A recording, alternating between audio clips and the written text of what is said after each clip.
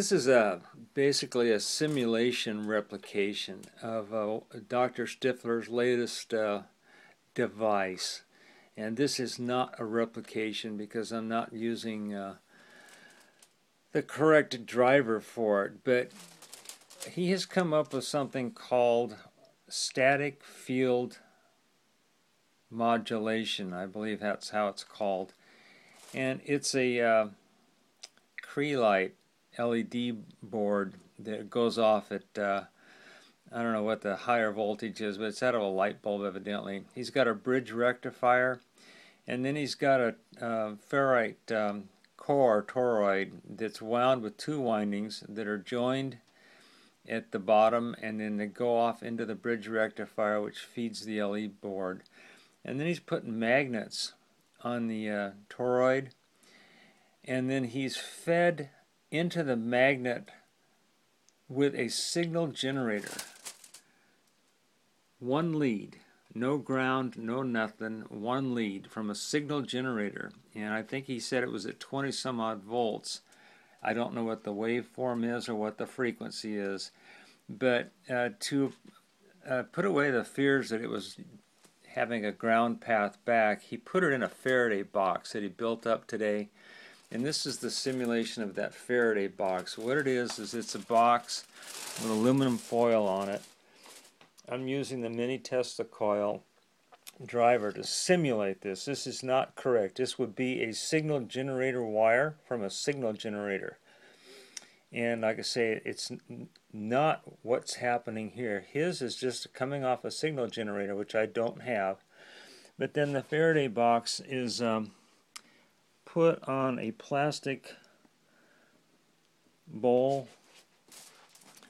to isolate it, and this is sitting on my bed here in my bedroom that's off the ground. The driver is a 12 volt feed on this thing, and you can see it's doing the usual exciter stuff here. This is very similar to the popcorn ball experiment that he did years and years ago, where they used basically a ball of aluminum foil for the device where you picked up the field off of. But anyway, I'm going to turn this off and take it apart to show you what's going on. What is in there is a 12 volt LED board.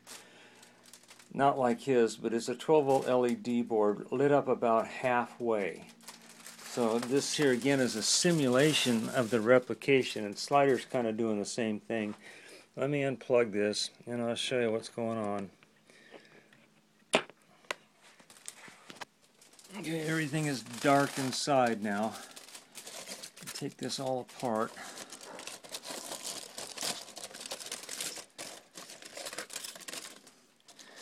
And this is just a pastry thing I got here. Let's see if I can get it apart with one hand.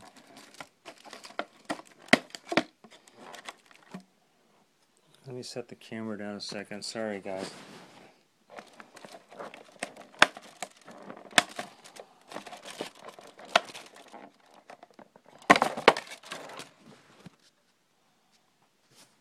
Sorry about that. I wanted to show you what was in here. This is the little arrangement that I put together to simulate what he had done. This is not correct, but it's a simulation of what he has done. I'll post the video so you guys can study what he's actually done. But this is the bridge rectifier using the switching diodes.